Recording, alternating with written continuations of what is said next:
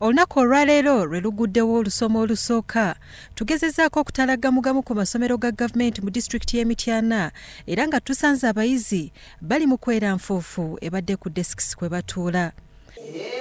Omuwendo gw'abayizi abatandikiddewo okusoma gubadde mutono ddala okusinziira ku bayizi abasangiddwa mu bibiina nga basoma. Abasomesa basabye abazadde okuzza abaana mu masomero.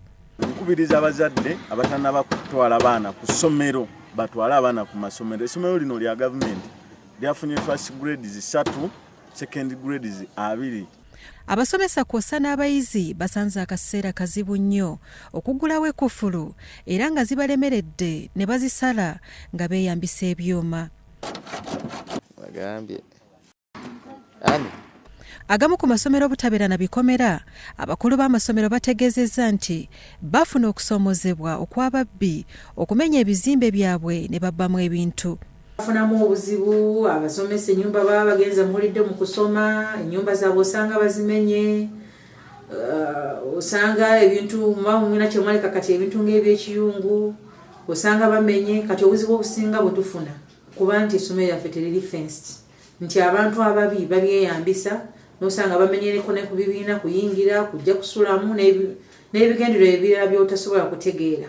Bwe buzibu tusanze ng'obwo kuba nti tetuli enclosed, tetuli fenced. Engeri gye tuwadde mu buwummula kati compound abantu bagikozesa batundirawo ente, emiti gyaffe gye twasimba tusanze ente zaagiri. Flavia Nabisubi, omukulu w'essomero lya gavumenti erya Namungo Seed Secondary School, ategeezezza nti ekimu ku kiremesezza abazadde okuzza abaana mu masomero bwe butabanguko mu maka ng'abazadde bejjako obuvunaanyizibwa bwabwe. Abazadde baffe olw'okubanga maama takwatagana na taata bayawukanye, omwana n'asigala mu bbanga. Tuweesikiwinze bangi nnyo, omwana n'agamba nze baŋŋamba siddayo ku ssomero. Naye ate nga obubonereza mwana tubasaba mukwatagane bazadde baffe, omwana ono fyucha ye erina okufa oba okutuuka mu matigga. Olusoma olusooka mu mwaka 2025 lutandise Kimpowooze e Mukono era nga bwe guli abayizi mu masomero babadde batono nnyo olw'ebintu ebitali bimu.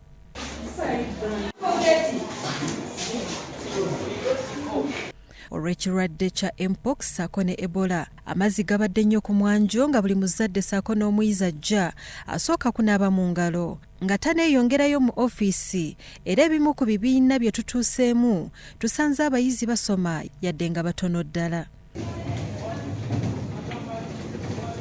Era abamu ku bazadde ssaako n'abaana nabo batubuulidde ku ngeri gye beeteeseteese mu lusoma luno baliko amagezi ge bawadde abazadde ssaako n'abayizi abakyali ewaka.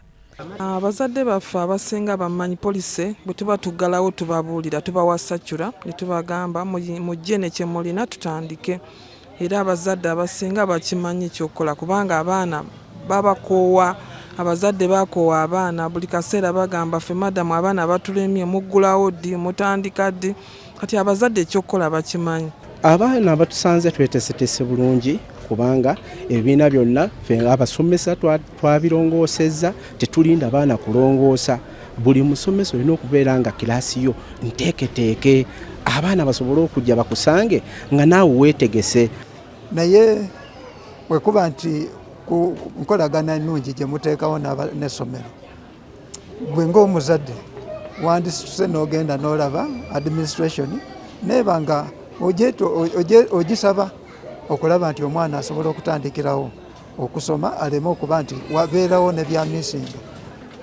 Nze kye mbakubiriza bayangwe kubanga bayangwe bajje basome kubanga bye basubwa bingi bye basubwa nga tebatandikiddeewo. Netegekedde taamu eno obulungi, njetegekedde okukola obulungi, njetegekedde kubanga abazadde bange bantegese bulungi. I'm prepared. Yamyuka omubaka wa pulezidenti mu kibuga Mukono Roda Titwe Kagaga asabye abazadde okutwala abaana ku masomero okubategeeza ku katyabaga k'ekirwadde kya Ebola ne mpox, okufaayo eri abaana obutatambula bokka wamu n'okulaba nga babawa ekyemisana. N'okubategeeza babeere cautious ku bantu abagezaako okubakwana mu makubo kubanga abo be bavamu ababakolako ebikyamu. Abazadde abatawa abaana ebyokulya tubakubira omulanga abaana mubawe emmere kubanga twetaaga nti obwongo bwabwe bubeere active.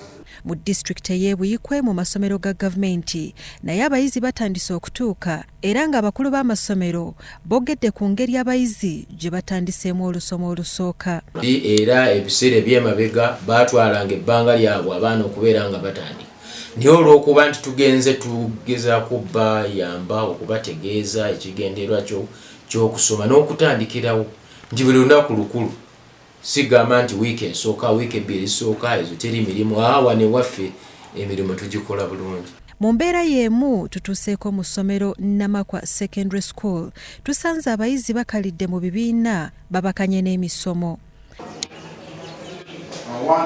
Empigi poliisi ekedde kulawuna mu masomero ag'enjawulo okukakasa nga ebyobulamu mu bayizi bisoosowaziddwa.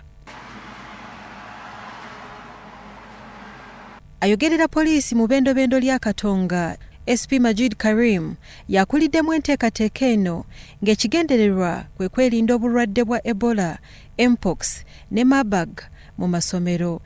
Amasomero ge tutambuddemu kati saawa zino ndi wa Matovu Muslim Seed School. Ekituufu kiri nti tusanze nga beeteeseteese bulungi nga balina abananses babiri abali ready okwengangana obulwadde bonna obunaaba bubaluseewo. Abakulira amasomero bagamba beetegefu okwogerezeganya n'abazadde abayizi basobole okusoma. Naye tuwadde essanyu lingi nti abazadde baleese abaana mu bungi mpozi tukubiriza abatalina kusobola kubakomyawo abenga babakomyawo tujja kugaana bwe tulabe tugenda mu nteeseganya abenga abaana basoma tayagala ffe nga abamisi twanye omwana ku mwana ffe kubawaka. Enkola ebyeyedda nti ennaku ezisooka kwabanga kusaawa kusiimuula ebyo byaggwawo era nga wolabye mu staff room basomesa gye bali n'ebibiina abasomesa gye bali batandise okukola omulimu gwabwe. Tofantera okubeera n'abayizi abali mu 307 naye abakomyewo olwaleero babadde abayizi 64.